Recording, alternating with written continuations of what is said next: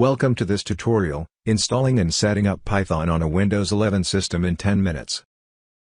The tutorial has 4 main parts: what to expect, outline, what is the target audience, the main part, let's get started, and finally, some optional information about the making of this tutorial. Let's start with the outline. In this tutorial, we will download Python for Windows from the official website. By using the official website, there is no risk of installing an outdated or bloated version of Python. We will install Python using recommended and useful settings.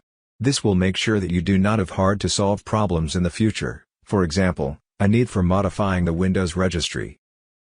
We will also install additional tools and libraries for Python. By doing this, you will get familiar with how to install other Python libraries in the future.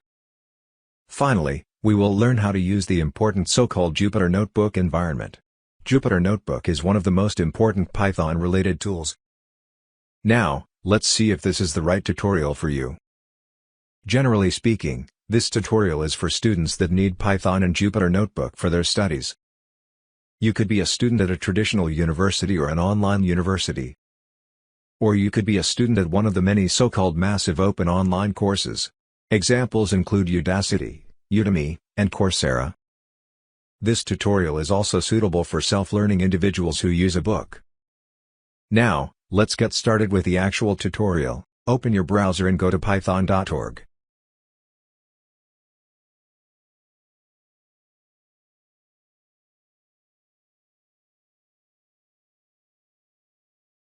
Go to the Download section for Windows systems. At the top of the page, you find a link to the latest Python release. Now scroll to the bottom of the page and download the recommended Windows installer, 64-bit.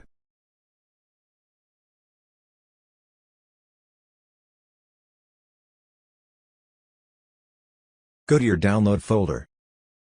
Please make sure that your Windows system shows file name extensions. This will make your life easier. Go to View, Show, and then select File Name Extensions.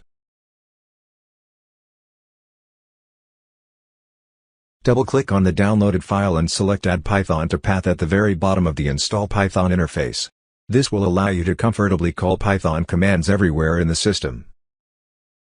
After that, click on Install Now, and let the installation process finish. Make sure that you click on Disable Path Length Limit. This will prevent problems when you later download Python projects from the internet because they typically have complex folder structures. Now start the Windows command prompt by typing cmd in the search field. Then click on Command Prompt. Type Python in the command prompt and check if you get the response that you see here. In case you get an error message, it is possible that you have to restart your computer. You see 3 larger than symbols at the start of each line.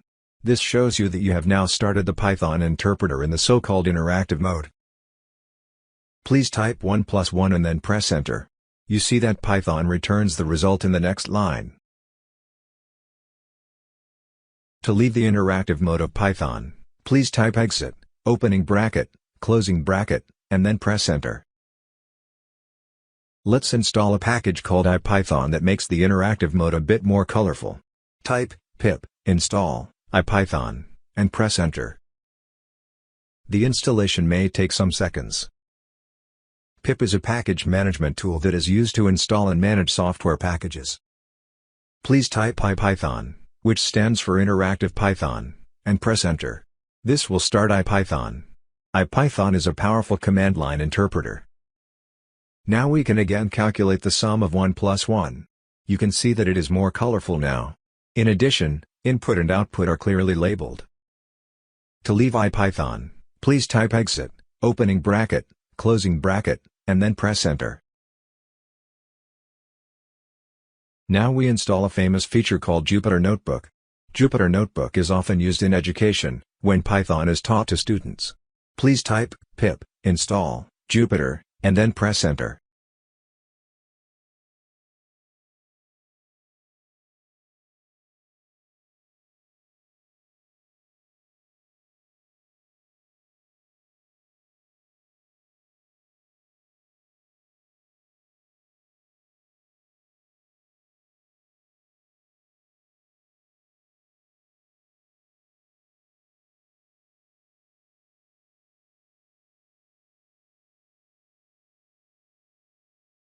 Let's install some more very popular Python features. It is very likely that you will need them anyway. We will install the following Python libraries: NumPy, pandas, matplotlib, and seaborn. Matplotlib and seaborn are widely used for data visualization. Seaborn is a more user-friendly library that is actually based on matplotlib. NumPy and pandas are essential in data science and related fields. Please type one by one the following commands, each followed by enter. Pip install NumPy. Pip install pandas. Pip install matplotlib. Pip install seaborn.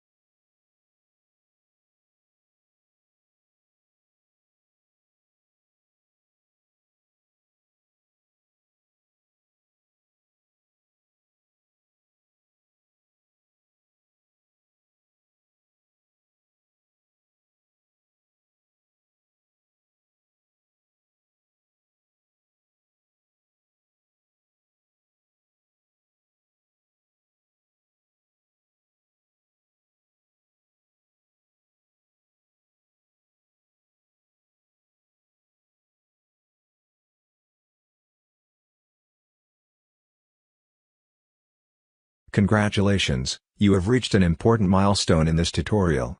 Please close the Windows command prompt. We will now create a project folder for our first Python project. Go to the root of one of your drives, typically this is the C drive or the D drive. I assume that you are planning to attend a series of Python classes, therefore, we create a folder called My Python class. I recommend not using spaces or special characters in the folder name, keep it simple. Within the newly created folder, we create a subfolder. This subfolder represents a lesson from your hypothetical Python class. Please name the folder Lesson 1. Repeat the process for another subfolder named Lesson 2.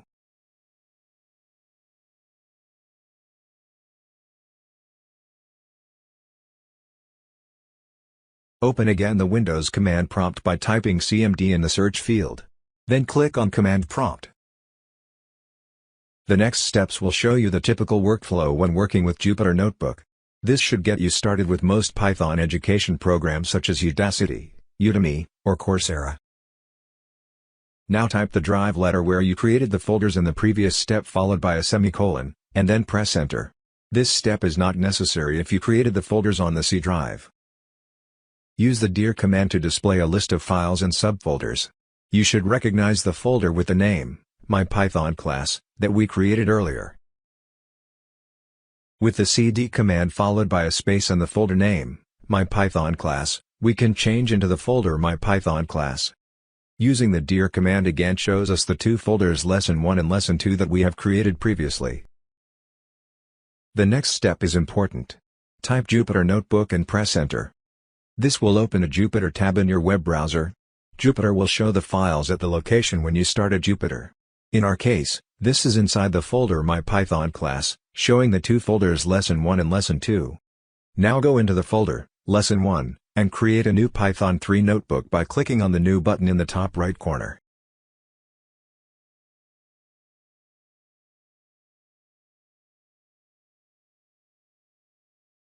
At the moment, the notebook is named Untitled, as you can see in the top left corner. Please rename it to My First Notebook, as shown in the video. In a Jupyter Notebook, each cell can have basically one of two types, Markdown, and code. Markdown is used for documentation purposes. Let's define the first cell as a Markdown cell. Then type hashtag, followed by a text of your choice as seen in the video. Below the hashtag line you can add additional text which will be rendered as normal text.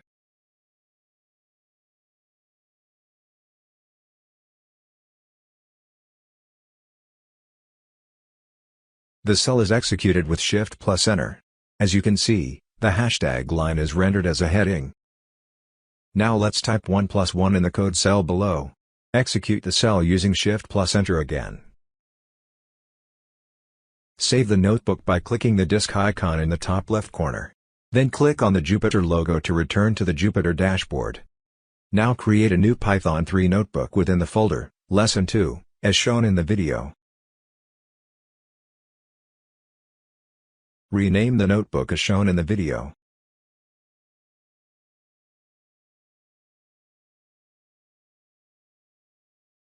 Play with the code cell as shown in the video. Save the notebook by clicking the disk icon in the top left corner. Then click on the Jupyter logo to return to the Jupyter dashboard. Now you can go back to the folder Lesson 1 and open the notebook that you have created previously. Go to the menu item, Kernel, and choose Restart and Run All. This will execute all cells in the notebook.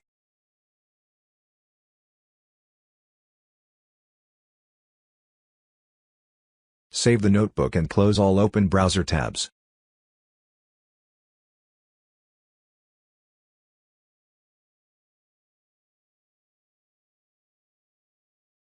Congratulations, you are now familiar with the basic workflow of using Python in combination with Jupyter Notebook.